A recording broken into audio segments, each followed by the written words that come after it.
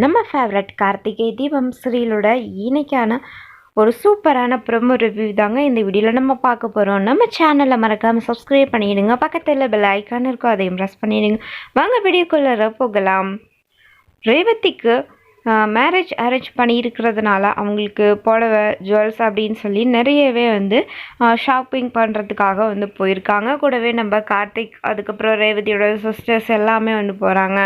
அங்கே போனதுக்கப்புறம் ஒவ்வொருத்தரும் ஒரு டிசைனில் கலரில் இந்த மாதிரி சாரீஸ்லாம் எடுக்கிறாங்க. பட் நம்ம கார்த்திக் பார்த்திங்கன்னா ரேவதிக்கு எந்த ஒரு சாரியுமே சூட்டபிளாகவே ஆகலைங்க அப்படின்னு சொல்கிறாரு. கடைசியாக நான் இப்போ செலக்ட் பண்ணுறேன் பாருங்கள், என்ன சாரீ செலக்ட் பண்ணுறீங்க அப்படின்னு சொல்லி நம்ம கார்த்திக் பார்த்திங்கன்னா சூப்பரான ஒரு சாரியை எடுக்கிறாரு. அந்த ஒரு சாரியை அவங்கள கட்டிட்டு வர சொல்கிறாங்க. அவங்க சூப்பராக அந்த சாரியும் கட்டிட்டு வந்துடுறாங்க.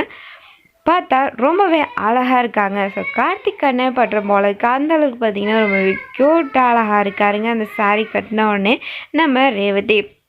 அதுக்கப்புறம் ரிங் எடுக்கிறாங்க ஸோ என்கேஜ்மெண்ட்காக. ஸோ அப்போது மாப்பிள்ளையோடைய விரல் சைஸ் என்ன அப்படின்ட்டு தெரியலையே அப்படின்னு சொல்லி நம்ம ரேவதியோட சிஸ்டர்ஸ்லாம் சேர்ந்து கார்த்தியை அந்த ரிங்கை போட்டு பார்க்க சொல்கிறாங்க. கார்த்திக்கு ரொம்பவே சூட்டபிளாக இருக்குது. அந்த ஒரு ரிங் ரொம்பவே செட் ஆகிடுது அவருடைய விரலுக்கு. அதே மாதிரி ரேவதிக்கும் ரிங் எடுக்கிறாங்க. ஸோ இதில் பார்த்தா நம்ம கார்த்திக்கும் ரேவதிக்கும் தான் கல்யாணம் அப்படிங்கிற மாதிரி இங்கே ட்ரெஸ்ஸாக இருக்கட்டும் ரிங்காக இருக்கட்டும் எல்லாமே எடுத்துக்கிட்டு இருக்காங்க. அதுக்கப்புறம் பார்த்திங்கன்னா நம்ம கார்த்திக்குடைய பாட்டி பார்த்திங்கன்னா ஒரு ட்ரீம் அவங்களுக்கு வருது.